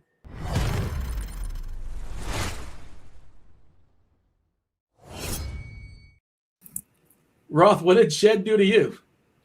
I just don't think he's good. He doesn't do enough for me. I think he could put up 15 fantasy points, and I want to fade him at that ownership. All right, fair enough.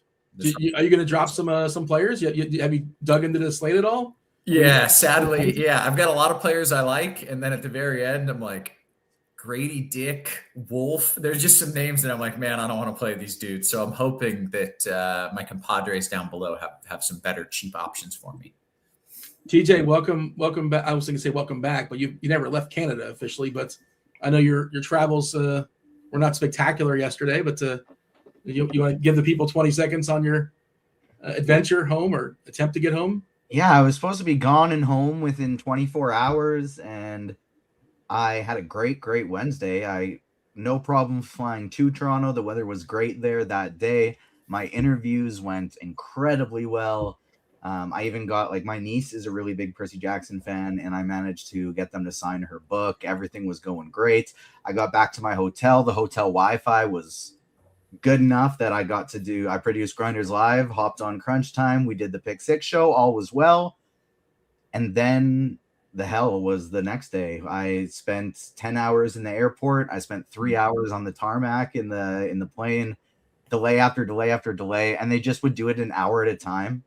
And it was like, we ended up being delayed on the tarmac for the last hour was because they were trying to find water bottles for us to have in the plane. Like, it was just so much ridiculousness one after the other, but finally made it home late last night, got a nice sleep, feeling great today. Welcome back. Maybe give it a day or two before you watch The Terminal. It might be too soon. Getting flashbacks. But months. I mean, that movie was for months. I don't recall. Watch The Terminal. It's pretty interesting. It's worth a watch. Anything else before we step aside and get out of here, Tim? Before we make way for crunch time, they got 40 minutes for 4 games. That's plenty of time to do the thing. You got anything, Tim? Nope, we're good. All right, Roth, it's all yours. Good stuff. As always, from the Dean Steam to the Dream Team, TJ Zwarych in the house, as well as Taylor Smith. Taylor, Dean didn't say hi to you. Do you guys have some beef? What's up with that? I don't know. I think I'm just kind of easy to ignore. So I'm just kind of it's not true. Sitting over here, chilling, thinking about the slate, focusing on the goal. Well, we had a good run and gave some really good plays out last night, and all of the value plays did really great. And then all the dudes I spent up on absolutely shit the bed, and I won no money because of it. And that's so frustrating when all the bad plays or guys you're worried about all hit, and the dudes who you spend 8 or 9K on, that you're like, oh, he'll get there. And they do nothing. That is where I found myself last night. Taylor. I forgot to say it in the transition, but I did also want to say a big quick thank you to Tim, who filled in producing when I couldn't get back, Taylor, who hopped on crunch time, Bobby, who hopped on GrindersLive, Andy, who coordinated all of that. I really appreciate it because I was in all kinds of chaos yesterday, and I thought for sure in the morning that I'd be able to make it back in time, and then it just didn't happen. Yeah, no man left behind. Everybody stepped up, and it all worked out great, and we're glad that you're back. Nate pointing out, SGA was garbage. Brown screwed me again. The spend ups just didn't get it done last night. By the way, play at all. Yeah, one of the guys didn't. Who was it? Nurkic, second night in a row, he's in a DMP. Yeah. Dean pointing out he just wanted to get to crunch time. He has no beef with you. Okay, good. I don't buy it. I was concerned, but now my weekend is made. I'm in a few group chats with Dean, and a constant, like once every couple of weeks, he just brings up how much he hates Taylor. Yeah, that sounds like Dean. That's why they call him Mean Dean. You know, it's not just because it rhymes. Hey, let's dive into what we've got here on this brand new slate, small slate. I feel like Fridays are usually a ton of games, right? Am I missing something? What's happening? There's only 4 games on the DK slate, right? Yeah, there are a couple later games, but didn't make the cut. So all 4 on the site. All right. Well, I like most of my lineup. And as I mentioned, I need you guys to help me with some of those final pieces. TJ, would you mind giving me kind of a general rundown of what we're dealing with here? If there's value, if there's news we're waiting for, it doesn't seem like there's a whole lot. That would be very incorrect, actually, because there's a little, but it's really, really important. Okay. And so we have not much value at all right now. There's some guys, especially at the point guard position, Jamal Shed leading the way, but there's a bunch in that price range of like Craig Porter Jr., TJ McConnell, Yegor Yeoman, Jeremiah Fears. All of them look pretty decent. Shed's going to be super highly owned, and so it's kind of one of those things where I think you play Shed in a cash and then you play any of those other guys in a tournament. But there's not a lot of cheap value. There's a lot in the 5K-ish range that look fairly decent, but not a lot of cheap value yet. And we're waiting on Clipper news. And so we should hopefully get this while we're still on the show. I mean, on the show should probably happen anyways, because we'll probably want to, if we don't get it before lock, we'll probably want to wait anyways, and we'll get it within the first 2 minutes after lock. But hopefully we get it before lock, because if one of Zubac or Collins are out, it opens up quite a bit of value on the Clippers for us to look at. If we get Collins out, I think we're going to want to start looking at guys like Jordan Miller and Kobe Sanders potentially more than we already are, because they are there for value, but they kind of feel flimsy as it is now. If Collins is out, those guys look a little bit nicer. If we get Zubac out and Collins in, Collin looks pretty good. Lopez looks fine. You can probably get to some Niederhauser. If both of them are out, now we can really just start loading up on these Clippers guys, spend up on our expensive Raptors, our expensive Cavs, expensive Pelicans, guys like that, and feel really good about tonight. But we need to get that news before lock in order for us to really know. So not a lot of news, but it's very important news with John Collins and Ivica Zubac both listed as questionable. Okay, very good. Well, let's dive right into it. Taylor, you get to lead us off. Point guard, DraftKings, what do we got? Yeah, so we have Quickly out again. We have Barrett out again. Jamison Battle out. A lot of bodies missing from Toronto. So once again, looking at Jamal Shed, who's been starting for Barrett. In the last game without Quickly, in theory, he was going to get a big playmaking role. Kind of went to Scotty Barnes instead, but 5,200, going to play a lot of minutes. Historically, a good per minute guy, mostly an assist rate kind of guy, but really no issue with it. Just a cheap point guard. There's not a lot of cheap value that we like as of now anyway. There is Craig Porter Jr. Darius Garland is missing for Cleveland. So Porter should start. If he does, I think he's a pretty good pivot at lower ownership from Shed. Another guy who's pretty good per minute, but usually playing off the bench. So with the starters, the usage wouldn't be as high, but still 4,800 on DK, pretty good value there. McConnell, I think, is similar. I think he'll fly under the radar compared to Craig Porter. He's playing his normal role off the bench, but no Mathurin. Very good per minute guy. Really good game environment too against New Orleans. So I'm okay with McConnell on this slate. If you're paying up, it's Harden.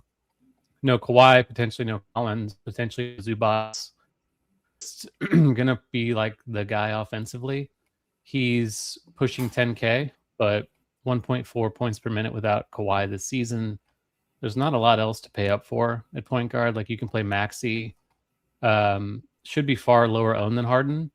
But I just like straight up for Harden. Obviously, Maxey can outscore him. So worth making that pivot in tournaments. If you're playing into the mid-range, I think Nembhard is the guy at 7-2. Mathurin, good game environment against the Pelicans. And that's about it. You can play Chris Dunn, but it's not very fun. Trey Jones, Fears, probably large field tournament plays only. Yeah. Okay. TJ, your favorite to point, and where do you stand on Shed in tournaments, knowing that he's coming in at 37% owned? You're muted, homie. Sorry about that. I was adjusting my chair. Forgot to put it back on. I'm definitely think Shed's a good cash game play. I'm going to be really light on tournaments. There's just so many pivots. One, you can build differently with the expensive guys, but there's also so many direct pivots in his range that it doesn't feel unlikely at all that one of these other guys outscore him. So I'm going to be underweights in tournaments. I'll probably get to like a max of 20%. I like Porter, McConnell, Yeoman, and Fears as direct pivots. I have a little Trey Jones in my pool, but not much. My two favorite here by a pretty significant margin are Harden and Nembhard. Nembhard's just been crushing lately. Harden, big usage and just assist rate bump, everything without Kawhi Leonard. And so those are going to be my two main guys. And then I do just have a touch of Tyrese Maxey as well. Yeah. All right. Shooting guard, please. I really like Trey Murphy in this spot. I think there's going to be a lot of, hey, do I play Trey Murphy or Brandon Ingram? And my thought process on that is I would rather play Trey Murphy if I have the $300. If I don't, I'm not changing anything up. I'm just totally fine with playing Brandon Ingram. And so those are definitely going to be my two number one guys here. I'm currently going to just try and build as if these Clippers guys are out, and then I'll adjust things if we get the news, but I kind of want to just be able to set some lineups in there. And so I'm going to hope that those guys are out, build as if they are right now using our if-then projections.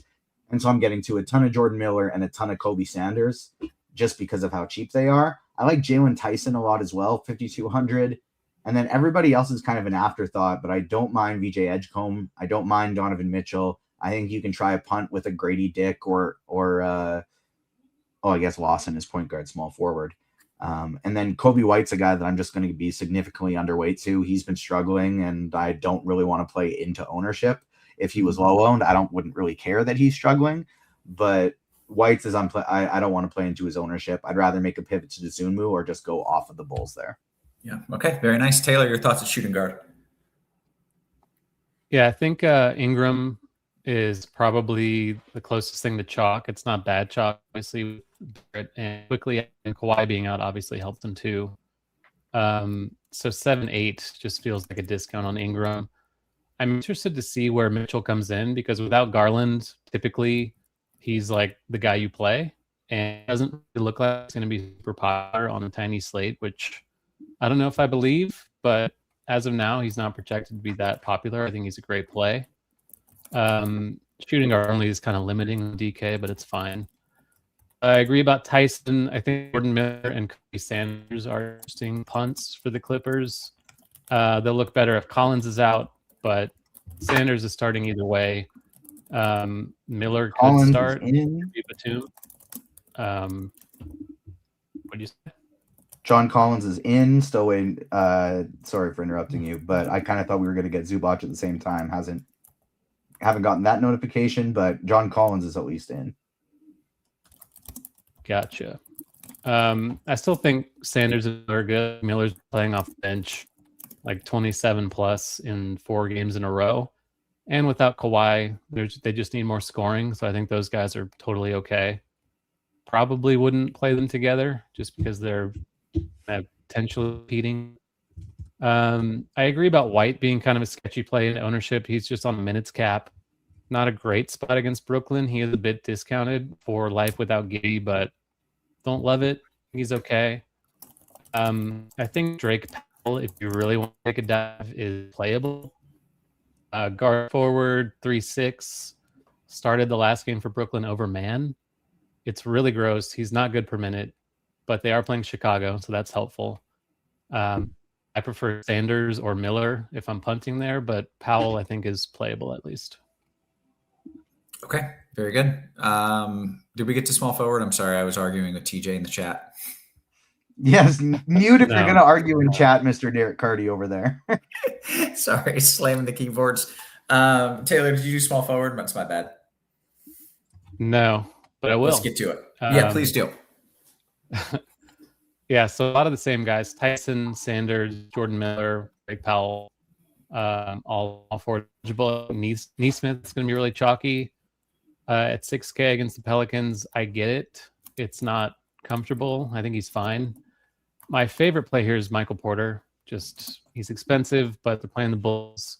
Doesn't look like he's going to be that popular either. Maybe like under 20%, possibly. So I think Porter is overall my favorite play, one of my favorite spends on the slate. Beyond that, it's kind of gross. Like I think you're just kind of living with the guys we've talked about. You don't mess with DeAndre Hunter as he starts, or I think we have Craig Porter starting. So I guess DeAndre Hunter off the bench is okay as like a larger field pivot, but don't really need to mess around with anything else. Okay, TJ, I've tried to switch my mic. Hopefully you can hear me. Is it functioning?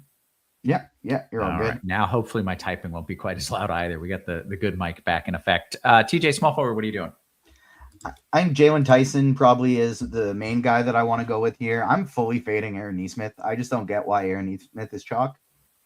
He's expensive. He's not a very good fantasy producer. If he gets some defensive stats and gets hot from three, sure, he might get there. But at that ownership, I'm just going full fade.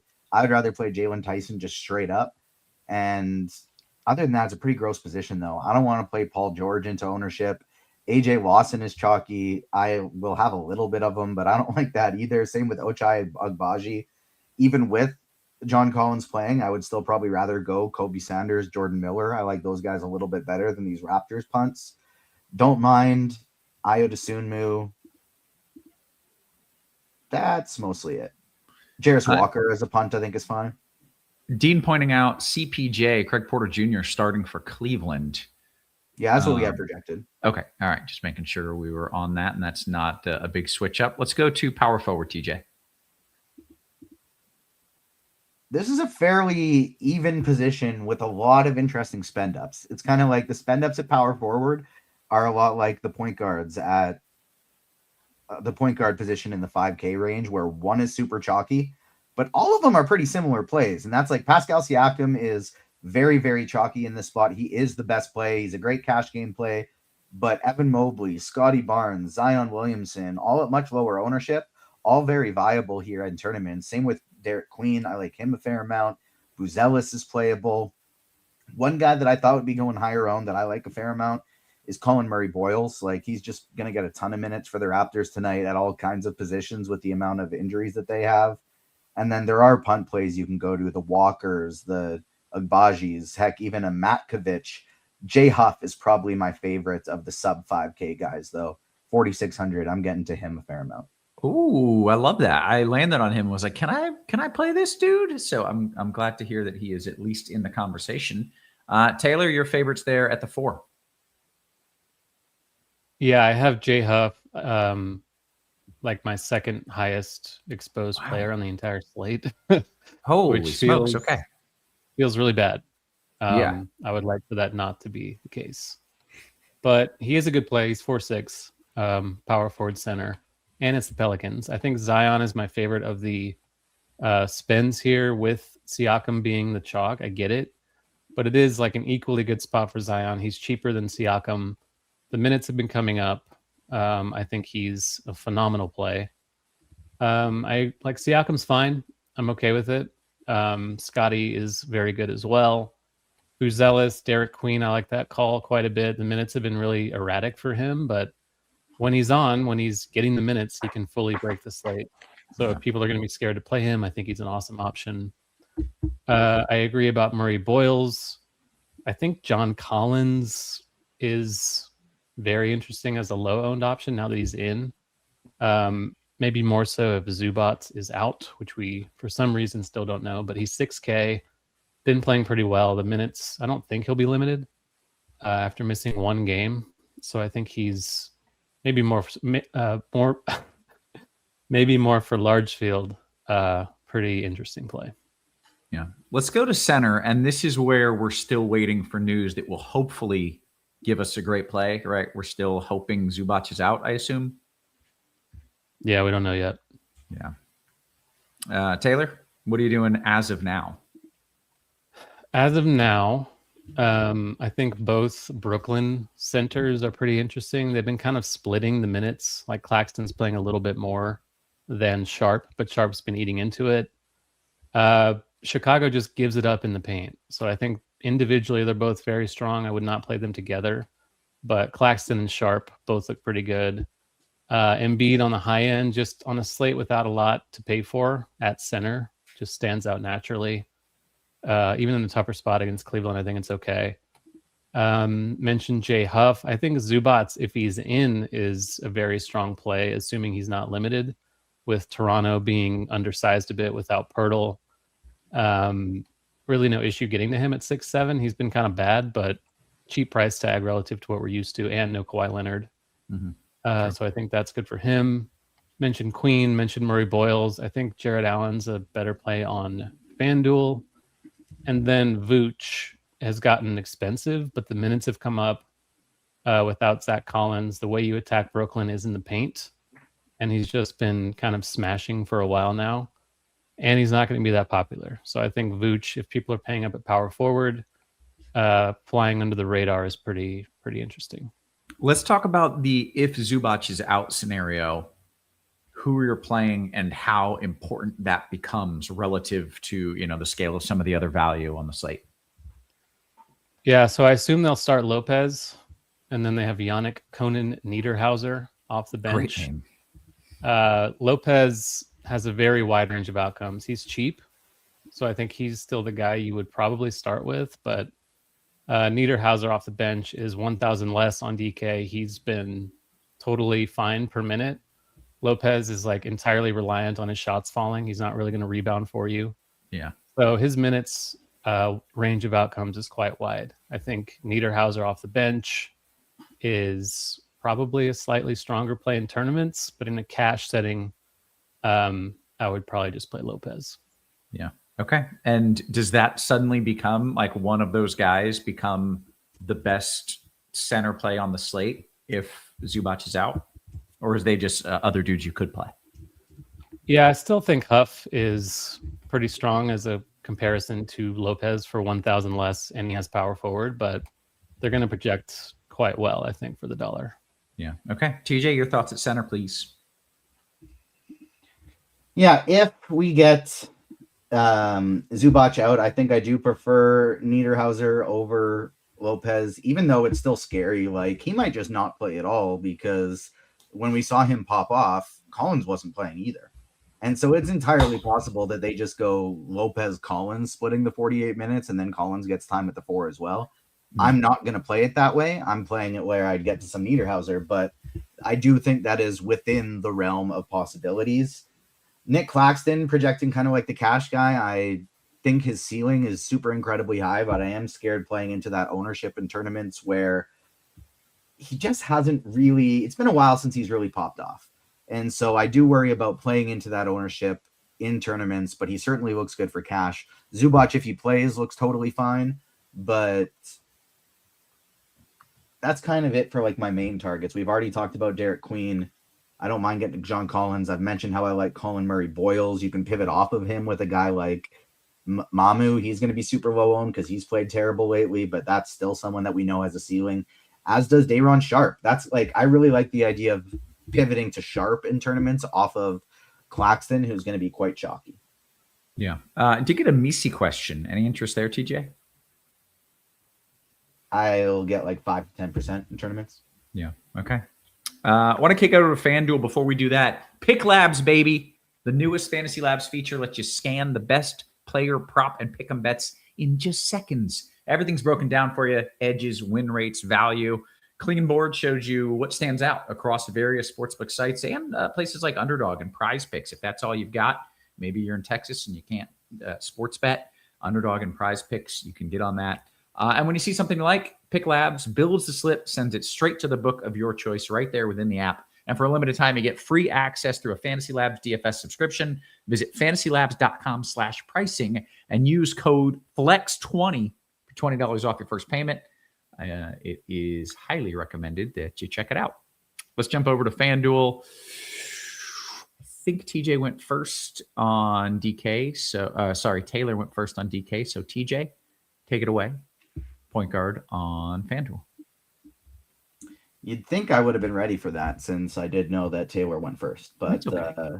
Unfortunately, I wasn't. And so I'm pivoting over to a FanDuel screen right now. It is a lot of the same plays. Like James Harden's even cheaper, so he's going to be the top option without Kawhi Leonard tonight. Andrew Nemhard's still one of my favorites.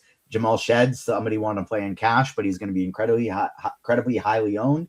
So maybe you make a pivot to a Craig Porter or a TJ McConnell, Jeremiah Fears, somebody like that in tournaments today. Spending up with, we're projecting for Tyrese Maxey nearly 30%. I don't think it's going to be that high because I think people would rather play Harden. They'd rather play Donovan Mitchell. And so I think Maxey is going to be the low-owned pivot there, but I still probably rank them Harden, then Mitchell, then Maxey. Yeah. Okay. Taylor, your thoughts at point on the old FanDuel? Yeah, Porter is only 4,400. That makes him just a very easy click over here, I think. Just kind of a matter of whether you're playing Shed at point guard or shooting guard. You also have Harden. McConnell over here. I just think Shed and Porter are quite the strong duo, so you don't really need McConnell. But in tournaments, I think TJ is pretty good. You can play Donovan here, which is pretty helpful. 9,600 point guard, shooting guard.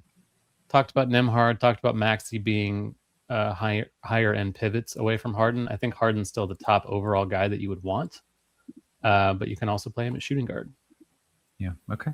Speaking of shooting guard, Taylor. Yep. Talked about Shed, talked about Harden. Jalen Tyson also only 5-1 on FanDuel. Awesome play now that we know he's starting.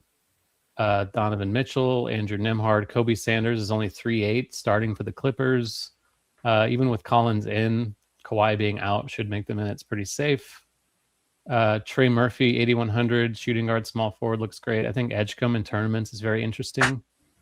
Just super high minutes floor and a minute ceiling for him. No one's going to play him, it looks like. So on this slate where it's kind of hard to find something lower owned, I think Edgecombe is a pretty interesting way to get one. Yeah. TJ, your thoughts at the 2? Really like the Edgecombe call. I think that's a strong tournament play. Trey Murphy's probably my favorite guy. Like Harden looks great. We've talked about him, but Trey Murphy at 8,100, that's the guy that I want to get to the most. Kobe Sanders looks better on FanDuel than he does on DraftKings. He is only 3,800 over here. So that's a nice that's a nice cheap tournament play. And yeah, Io's fine. Fears is fine. I'd rather go Sanders over the likes of like an Agbaji or one of those Raptor guys like AJ Lawson. Okay. Small forward, TJ. Again, we got Neesmith chalk here. That is somebody that I'm going to be heavily underweight on. Him and Paul George in tournaments, I just feel like you can X out both of those guys and feel pretty good that neither of them are going to beat you and by hitting the ceiling. I love Trey Murphy. I like Brandon Ingram. Kind of same thing as before. If I'm choosing between one of them, it's Murphy. If I can't quite afford Murphy, totally fine with Ingram. Scotty Barnes, great tournament play. Hunter was somebody I wouldn't have played on FanDuel or on DraftKings, but since he's not starting, but on FanDuel, he's just so cheap. I do still think he's viable. Much prefer Jalen Tyson, though, at 5,100. That's probably my favorite play at the position. All right, well, we got some news. Big Z is in. Damn. So let's revisit this Clipper situation because that means we're not playing Niederhausen or whatever the hell his name is. What about the 2 value pieces that we were kind of interested in if one of the 2 Clippers guys was out? Now they're both in, TJ. There's such a lack of value on the slate that they are still viable. They just don't look good. They just look the same as everybody else. Okay. Taylor, your thoughts maybe in Zubac being in, and if not, you can bring us to small forward. Yeah, I think Zoo is a very strong play, just given the matchup and stuff. I'm hoping he's not just super limited. I still think those cheap guys are fine just because Kawhi's out. That's a huge deal. A lot of usage obviously vacated there. So not concerned about Kobe or Miller with Zubac in. Okay. I kind of probably just want to play only one of them in a lineup now, whereas I was totally okay rolling out both before. Yeah. Now I probably just want to limit it to one of them. Yeah, I was kind of wondering that exact thing. Taylor, your thoughts at small forward? Yeah, so on FanDuel, DeAndre Hunter's only 4.2, which is wildly cheap, playing off the bench, but should get a lot of usage with the second unit, I think. Tyson for 900 more, again, no issues getting there at a pretty healthy clip.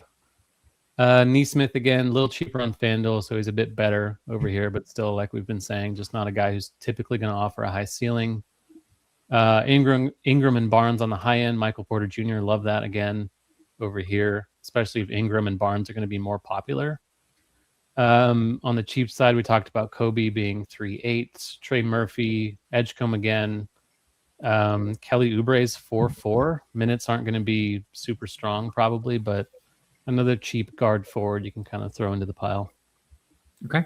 Let's go to power forward. Power forward, again, super strong position. Mobley's only 8.3 over here, where he's 9.1 on DK, so he's a lot easier to get to on FanDuel. Great play without Garland.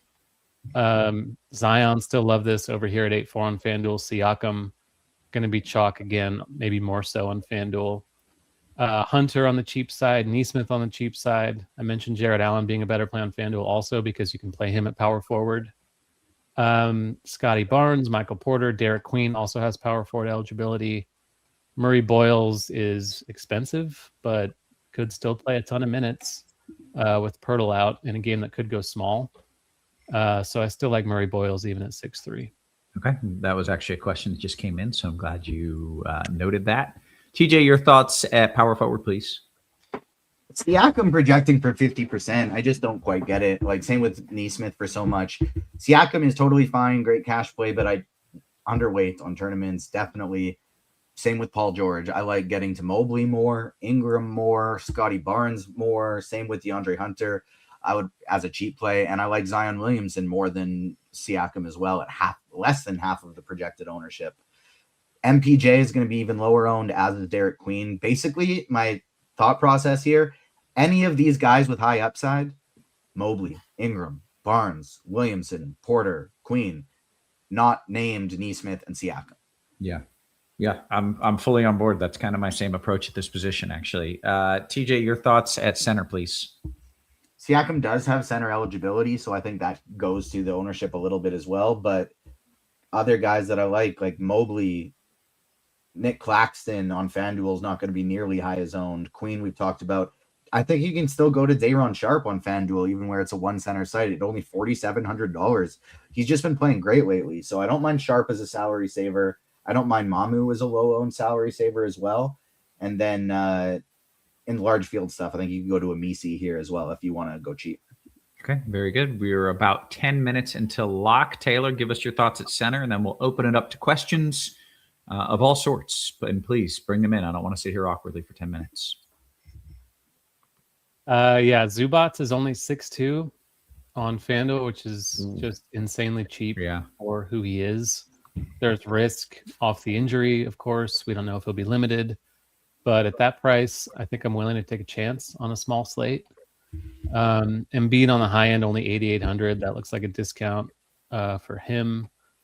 Again, all the same stuff. Like, I do think Sharp is an awesome play. I still think Claxton's totally fine if you have the money to spend.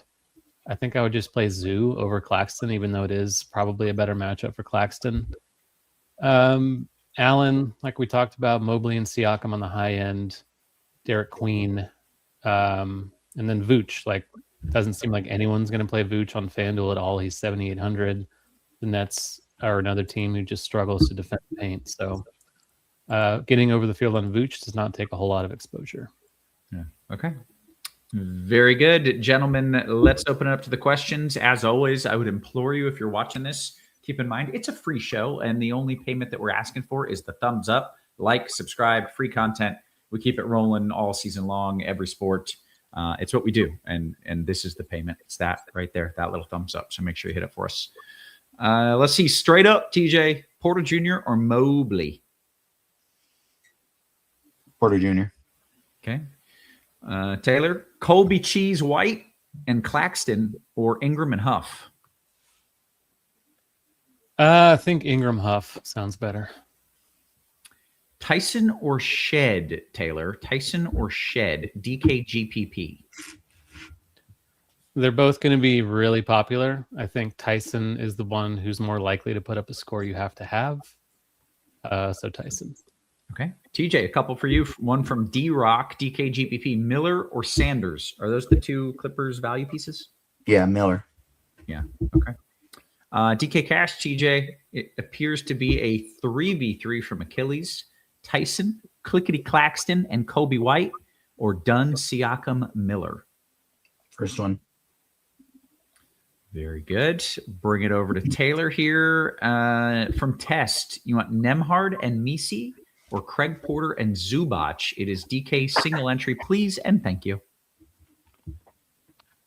Probably the second one. I don't think I would play Messi in a single entry. Okay. Back to you, Taylor. FanDuel Cash. Jordan Miller or DeAndre Hunter. They're the same price on FanDuel. Could make or break my lineup, and I need the right guy.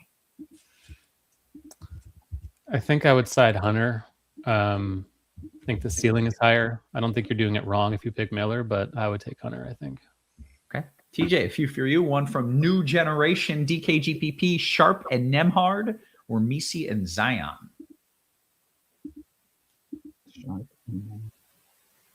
Sharp and Nemhard. I like that one a lot. All right, we'll go to Mark Flores. TJ, rank your favorite small forwards on DK that cost 6-1 or less. Neesmith, Tyson, one of the Clippers guys.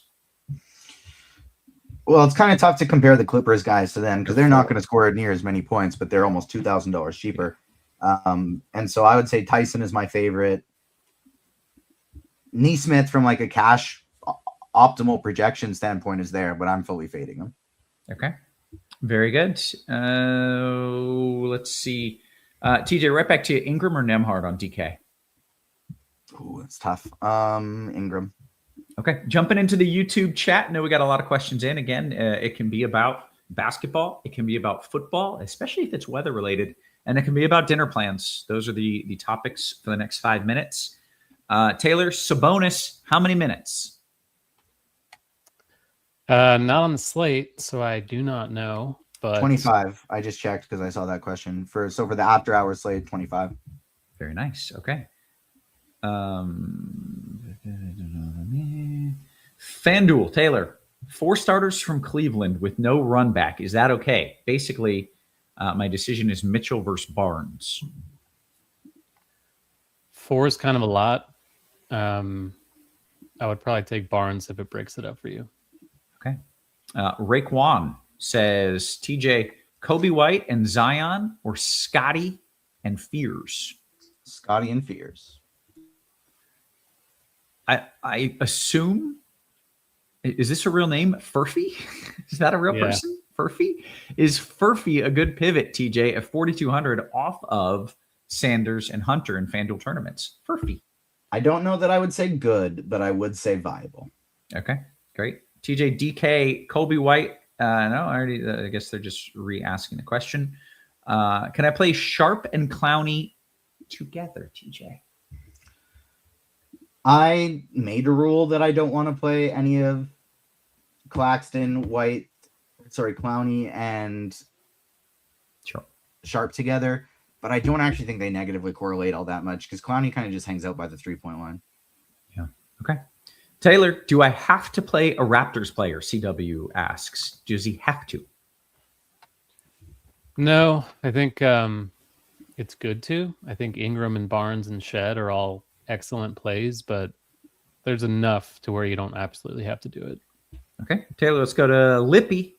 Brandon Ingram or MPJ on DK? I think MPJ is kind of a conviction play. Ingram's awesome, but I would side with Porter. Okay, great. Ruthless Villain says, TJ, your favorite captain for Washington versus Sacramento tonight? I have no idea if you've done any research or if you can on the fly. But captain spot, Washington versus Sacramento. Justin Champagny. Ooh, you crazy. I like it. TJ, Clowney or Huff, straight up DKGPP? Huff. Taylor, Huff Harden is a DKGPP from Casey Douglas. Huff Harden or Claxton Vooch? If you need ownership edge, like you need lower ownership, I would side with the Vooch one. If you don't, then the first one. Okay. Bean says, Taylor, TJ or Shed? Is that TJ McConnell, I guess, or Shed in a FanDuel GPP? Shed's going to be a lot more popular. So again, like if you don't care about the ownership, then Shed. But if you do, if you need something lower owned, then TJ. Okay. Yeah. Roth, if you Google Furphy, he looks exactly like someone the Pacers would draft. I have thoughts about that. I will keep my thoughts to myself and Google and see if I agree. TJ, what 2 cheapies do you like in a FanDuel GPP? Your favorite cheapies in a FanDuel GPP?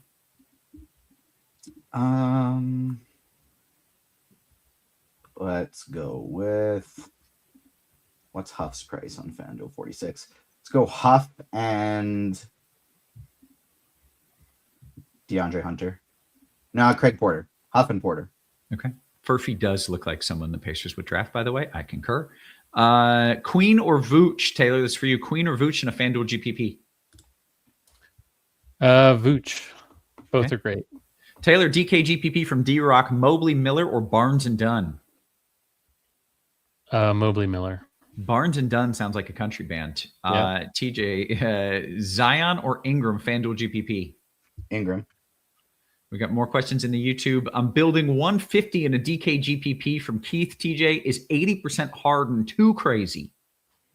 No, I don't mind making stands like that in large field GPPs at all. I don't think there's anything wrong with that. Okay. Taylor, any love for Wolf? Oh! Generally, yes. Tonight, no. Okay. FanDuel GPP, Taylor, Donovan Mitchell or James Harden? Mitchell. TJ, DK GPP, Edge come Fears or Vooch Sanders? Vooch Sanders. Tucker says TJ, Maxey and Tomlinson or Embiid and Hunter, FanDuel Showdown? Embiid Hunter.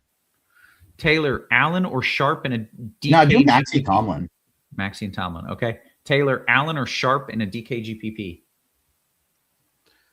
GPP? Different price points, but probably Allen. Taylor, Cuban Cohiba.